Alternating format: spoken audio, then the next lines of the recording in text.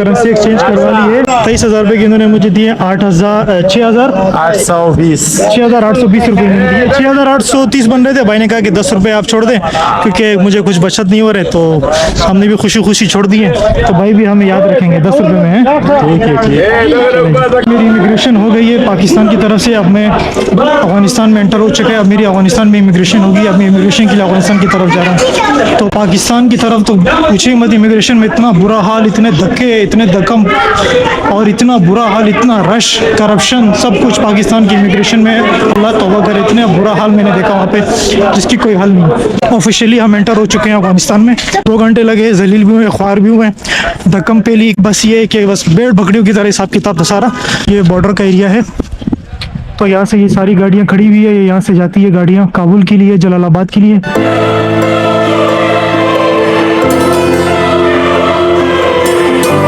तो दोस्तों मैं इस वक्त पहुंच चुका हूं सोराबोट अल आसिफ के बस टर्मिनल पे। तो यहाँ से जो है अब मैं टिकट मालूम करूंगा पेशावर के लिए, क्योंकि यहाँ से मुझे जाना है पेशावर के लिए। तो टिकट तो मैंने अभी यहाँ पे कोई ली नहीं है, तो अभी यहाँ पे मालूम करते हैं टिकट की प्राइस क्या है। क्योंकि मैं 2 दिन पहले आया था, मैंने कहा एडवांस से बुकिंग करते हैं टिकट की, तो टिकट की प्राइस क्या होगी। तो जब मैं आया था यहाँ पे तो कुछ कह रहे थे कि 4,500 है, कुछ कह रहे थे 5,000 है यहाँ कराची से पेशावर की। तो 1-2 लोगों ने मुझे बोला कि जिस दिन गाड़ी जाएगी आप उसी दिन आ जाना, तो हो सकता है कि टिकट आपको 500-1000 रुपये मजीद कम मिल जाए। तो अभी हम आए हुए हैं, मालूम करते हैं कि और कितनी कम की टिकट मुझे मिलती है। तो फिलहाल तो ये है यहाँ पे सारा सोराबोट अल आसिफ का बस टर्मिनल। ये कराची का सबसे बड़ा बस टर्मिनल है। तो ये सामने आप जितने भी देख रहे हैं ना यहाँ पे, ये सारे ये कोयटा की बसें जाती हैं इस तरफ, यहाँ से ये पेशावर की बसें जाती हैं। और आगे से जो है वो थोड़ा सा आगे यहाँ से जाएंगे तो आगे जो है वो पंजाब की गाड़ियाँ जाती हैं। और ये रोड पार करके आप जाएंगे तो वहाँ से भी सामने फैसल मूवर है, कायनात ट्रेवल्स हैं, तो उस तरफ भी गाड़ियाँ जाती हैं। तो हम यहाँ पता करते हैं, अगर हमारी बात यहाँ बनती है तो ठीक है, वरना तो फिर हम उस तरफ चले जाएंगे। तो दोस्तों हमें अभी यहाँ पे टिकट मिल चुकी है। तो 4,500 की टिकट मिली। ये भाई साहब से हमने काफ़ी कहा कि भाई थोड़ा रेट कम करो, तो कम कर दो रेट। भाई साहब ने कुछ नहीं करे हमारे लिए। तो 4,500 की हमें टिकट यहाँ से मिली है। ये कह रहे हैं कि हम जो है आपको 3:30 में भी ले जाएंगे, मगर वो गाड़ी थोड़ी लेट जाएगी, वो मोटरवे से नहीं जाएगी, वो दूसरे रोड से जाएगी। तो ये जो गाड़ी है कि ये मोटरवे से जाएगी और ये जल्दी पहुँचाएगी, 18 से 20 घंटे में पहुँचाएगी। तो इसकी टिकट के प्राइस थोड़े से ज़्यादा है।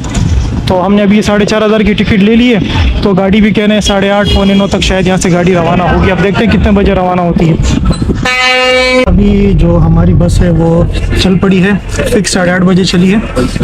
और टिकट जो मैंने आपको बताया था वही 4,500 इन्होंने वो प्राइस लिए। और अभी चल पड़ी है तकरीबन। इंशाल्लाह ताला कल सुबह हम पेशावर में मिलेंगे आपसे। तो उम्मीद है कि 6 बजे या 5:30 बजे तक हम इंशाल्लाह ताला सुबह पेशावर पहुँच जाएंगे।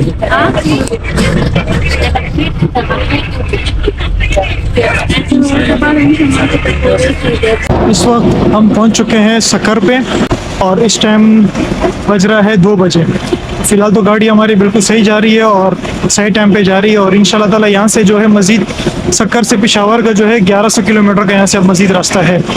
तो 12-13 घंटे का यहाँ से मज़ीद सफ़र है। तो इंशाल्लाह ताला उम्मीद है कि 4 बजे तक तो हम इजीली पहुँच जाएंगे, 4-5 बजे तक सुबह पेशावर।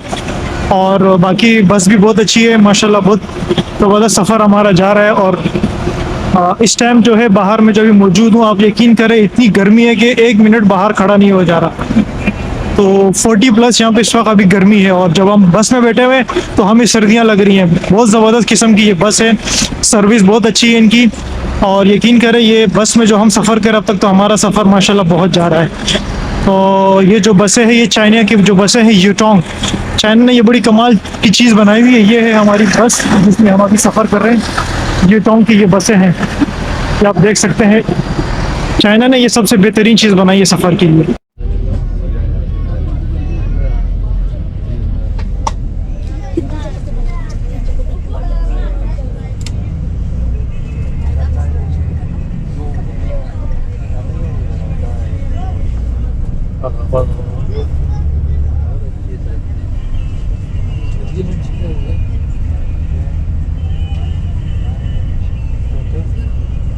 ये थी हमारी बस, हम जिसमें आए थे, और सफ़र काफ़ी अच्छा रहा हमारा।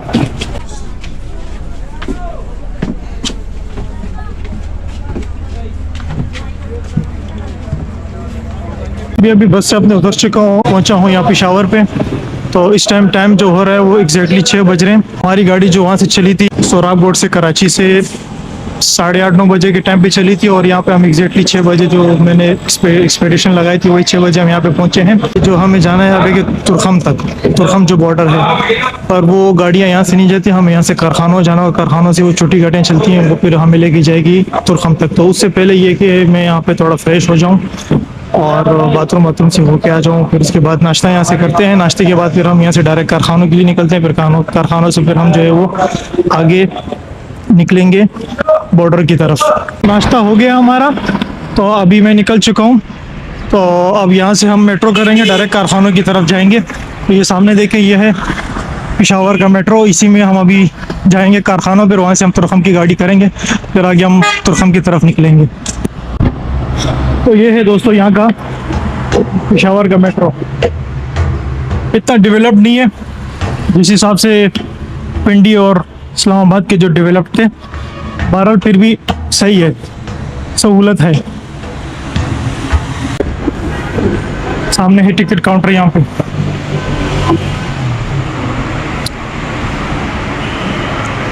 थोड़ी सी महंगी है, 50 रुपए की टिकट है, तो वहाँ पे 30 रुपए की टिकट हुआ करती थी पिंडी और इस्लामाबाद में, यहाँ पे 50 रुपए की टिकट है। अब कारखाना मार्केट ये सामने लिखा हुआ है कि इस तरफ से गाड़ी आएगी, तो हम यहाँ पे रुकेंगे, यहाँ से हमें गाड़ी मिलेगी कारखानों की।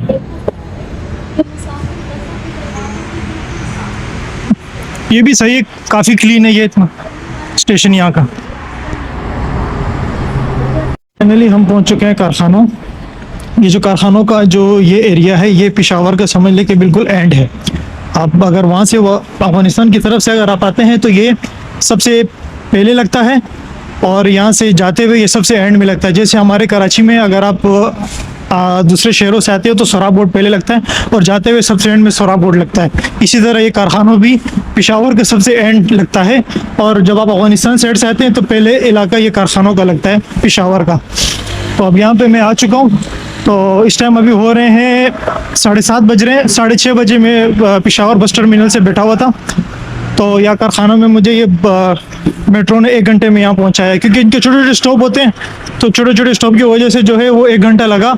और पेशावर से तुरखम का जो सफ़र है वो है अपना 60 किलोमीटर का, और पेशावर से लेके ये कारखानों तक जो है, यानी बस टर्मिनल से ये कारखानों तक का जो है, मैंने अब तक 20 किलोमीटर का सफ़र कर लिया है।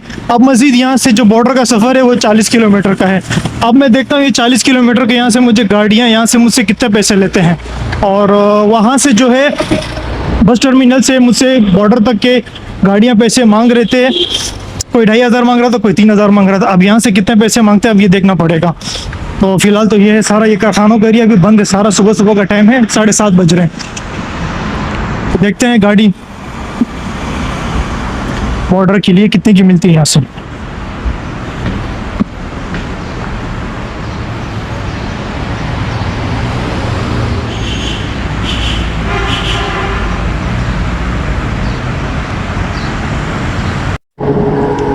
तो दोस्तों मैं अभी ये मेट्रो स्टेशन से बाहर आ गया हूँ। ये भाई मुझे मिले हैं, तो ये भाई कह रहे हैं कि यहाँ से छोटी छोटी गाड़ियाँ भी जाती हैं, तो वो किराया कम लेती है बनिस्बत की जो बड़ी गाड़ियाँ होती हैं वो 1000-1500 किराया लेती हैं। छोटी गाड़ियाँ वो 200-250 रुपये लेती है और आपको बॉर्डर तक पहुँचाती है।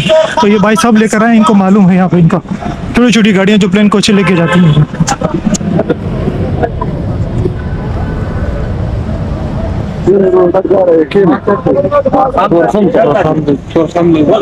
Sumna team किसी? अरे चलो शो करवाएंगे। शो कराया सुमना दे?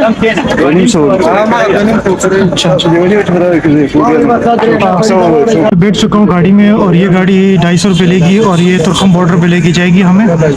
और यहाँ से 40 किलोमीटर का रास्ता रह गया है बॉर्डर का। तो समझ ले कि 50 रुपये मेट्रो में दिए थे हमने और 250 यहाँ 300 रुपये में हम पेशावर से बॉर्डर तक पहुँचेंगे। और अगर आप अड्डे से डायरेक्ट जो है आप वहाँ से अड्डे से डायरेक्ट अगर बॉर्डर के लिए जाएंगे तो आपको 2,500-3,000 रुपये वहाँ से देने पड़ेंगे। और इसी तरह अगर आप आएंगे तो 300 रुपये में आराम से पहुँच जाएंगे। तो अभी तो हम बैठ चुके हैं, ये गाड़ी में थोड़ी सी जो है सीटें वगैरह खाली है, ये भर जाए तो फिर सफ़र हमारा आगे शुरू हो जाएगा।